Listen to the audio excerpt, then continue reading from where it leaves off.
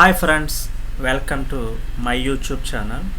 ఈరోజు మీకు railway recruitment notification కోసం ఎక్స్ప్లెయిన్ చేద్దాం అనుకుంటున్నాను ఫ్రెండ్స్. అదేంటంటే పశ్చిమ రైల్వే రిక్రూట్మెంట్ 3591 అప్రెంటిస్ పోస్టుల కోసం అయితే దరఖాస్తులను అయితే ఆహ్వానిస్తుంది ఫ్రెండ్స్. ఓకేనా? ఈ యొక్క మొత్తం ఎవరైతే రైల్వే ఉద్యోగాలు కోరుకోవాలనుకుంటున్నారో వాళ్ళకి ఇది ఒక గుడ్ న్యూస్ అని చెప్పచ్చు. మొత్తం 3591 ఉద్యోగాల భర్తీకి అయితే నోటిఫికేషన్ కోరుతుంది ఫ్రెండ్స్. మీరు ఫస్ట్ ఏం చేయాలంటే rrc.wr-western-railway.com అని సైట్కి వెళ్తే మీకు ఈ విధంగా railway recruitment cell western railway అని వస్తుంది. Engagement of apprentice under the apprentice act of 1961 for the year అని ఉంటుంది. మీరు అక్కడ క్లిక్ చేయండి. అందులో క్లిక్ హియర్ టు అప్లై అని వస్తుంది. మీరు అప్లై చేసిన వెంటనే ఇలాగ క్లిక్ హియర్ టు రిజిస్టర్ అని వస్తుంది. మీరు రిజిస్టర్ చేసుకోండి. అదేవిధంగా మీకు అప్లికేషన్ డీటెయిల్స్ కావాలంటే కనుక click here to download notification ఉంటుంది. ఓకే, మీరు దాని నోటిఫికేషన్ మీరు అప్లై చేసుకుంటే కనుక నోటిఫికేషన్ క్లారిటీగా చదివి అప్లై చేసుకోండి. దీంట్లో కొంచెం ఎక్స్ప్లెయిన్ చేద్దాం అనుకుంటున్నాను. ఎక్స్ప్లెయిన్ చేసే ముందు చిన్న రిక్వెస్ట్ ఫ్రెండ్స్, మీలో కనుక ఎవరన్నా కొత్తగా నా ఛానల్ వాచ్ చేస్తుంటే కనుక please subscribe to my channel. Okay, మొట్టమొదటిగా మనం డిస్కస్ చేసుకున్నది ఈ అప్లికేషన్ ఎప్పటి నుంచి స్టార్ట్ అయ్యాయంటే 25 మే 2021 నుంచి స్టార్ట్ అయ్యింది. ఇది మే 25 నుంచి. క్లోజింగ్ డేట్ వచ్చి వచ్చే నెల అంటే జూన్ 24/6/2021కి 5 గంటలకల్లా సాయంకాలం 5 గంటలకల్లా ఈ అప్లికేషన్ ఆన్లైన్ ప్రాసెస్ క్లోజ్ చేస్తారు ఫ్రెండ్స్. మీరు కొంచెం డీటెయిల్స్గా కొంచెం ఎక్స్ప్లెయిన్ చేస్తాను. మీరు ఎలిజిబిలిటీ వచ్చి ఏముండాలంటే 15 ఇయర్స్ కంప్లీట్ చేసి ఉండాలి. ఎవరైతే ఈ అప్రెంటిస్ జాబ్స్కి అప్లై చేస్తున్నారో 15 ఇయర్స్ కంప్లీట్ చేసి ఉండాలి. మ్యాక్సిమం అంటే 20 ఇయర్స్ బిలో ఉండాలి. 15 ఇయర్స్ నుంచి 20 ఇయర్స్ బిలో ఉండాలి. అదేవిధంగా ఎస్సీ ఎస్టీ వాళ్ళు అయితే కనుక 5 ఇయర్స్ రిలాక్సేషన్ ఇచ్చారు. ఓబీసీకి వచ్చి 3 ఇయర్స్ రిలాక్సేషన్ ఇచ్చారు ఫ్రెండ్. పర్సన్స్ విత్ డిజబిలిటీ వచ్చి 10 ఇయర్స్ దాకా ఉంది. ఎక్స్ సర్వీస్ మ్యాన్స్ వచ్చి 10 ఇయర్స్ దాకా ఉంది. అదేవిధంగా మీకు ఎవరప్పుడు మీరు జన్మించి ఉండాలని కూడా డీటెయిల్గా ఇచ్చారు. అన్రిజర్వ్డ్ క్యాండిడేట్స్ ఓసీ వాళ్ళు వచ్చి 25/6/1997 2006 మధ్యలో.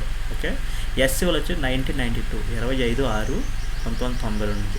ఎస్టీ కూడా సేమ్ అంతే. ఓబీసీలు వచ్చి 1994 25/6 మరియు 24/6/2006 మధ్య ఉండాలి. Persons with disability unreserved candidates వచ్చి 1987 ఇయర్లో పుట్టినలైనా అప్లై చేసుకోవచ్చు.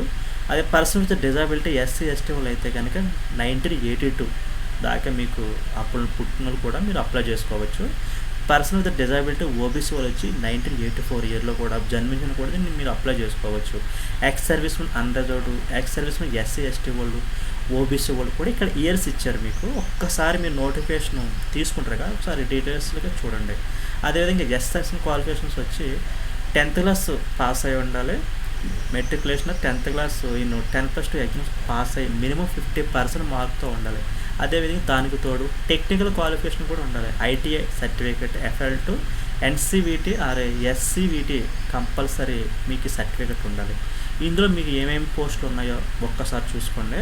ఫిల్టర్స్ ఉన్నాయి, వెల్డర్స్ ఉన్నాయి, టర్నర్ ఒకటి, మెకానిస్ట్ వచ్చి carpenter, painter, mechanical motor vehicle, programming and system administration assistant, electrician, electronics mechanic, wire man, refrigeration and AC mechanic, pipe filter, plumber, drafts man, stenographer English. Okay, ఈ post అయితే ఉన్నాయి. ITI traders కూడా మీకు ఇచ్చాడు ఇందులో. ఈ compulsory ఉండాలి. అదేవిధంగా మీకు ఎస్సీ ఎస్టీ ఇప్పుడు ఫీజు కోసం కూడా చెప్తాను మీకు ఎంత ఫీజు ఇచ్చాడో. పేమెంట్ ఫీజు వచ్చి మీరు ఈ అప్లై చేసుకోవాలంటే ఫీజు ఇచ్చాడు. ఫీజు ఎంత ఉండాలంటే ఓసీ వాళ్ళకి వచ్చి 100 రూపీస్ ఫీజు. అదేవిధంగా మీ ఫీజు రిక్వైర్మెంట్ కొంతమంది పే చేయకూడదు. నో ఫీజు ఎవరికంటే SC ST, person with disability మరియు ఎవరైతే ఉమెన్స్ ఉన్నారో ఎవరు కూడా పే చేయక్కర్లేదు. ఓకేనా? SC ST, person with disability persons, ladies, ముఖ్యంగా లేడీస్ కూడా మీరు 100 రూపీస్ పే చేయవలసిన అవసరం లేదు. అదేవిధంగా మెడికల్ ఫిట్నెస్, ఫిజికల్ స్టాండర్డ్ అది ఇక్కడ ఇచ్చాడు మీకు. ఒకసారి మీరు డీటెయిల్గా ఒకసారి చూసుకుని అప్లై చేసుకోండి. ఓకే, అదేవిధంగా మీకు డిజబిలిటీ ఎంత ఉండాలో అవన్నీ కూడా ఇచ్చాడు అక్కడ.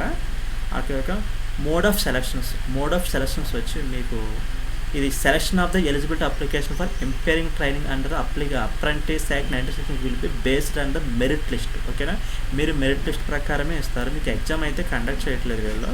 మినిమం 50% మార్కు క్వాలిఫై ఉండాలి 10th క్లాస్ ఐటీ సర్టిఫికేట్తో. అదేవిధంగా మీకు సేమ్ మార్క్స్ ఉంటే కనుక ఏజ్ రిలాక్సేషన్ చూసుకుంటారంట, ఎవరు ముందు పుడితే వాళ్ళకి ఇస్తారు. మీరు అప్లై చేసుకున్నప్పుడు కొంచెం మీ మార్క్స్ ఎక్కువ ఉంటే కనుక మీకు 100% వస్తుంది.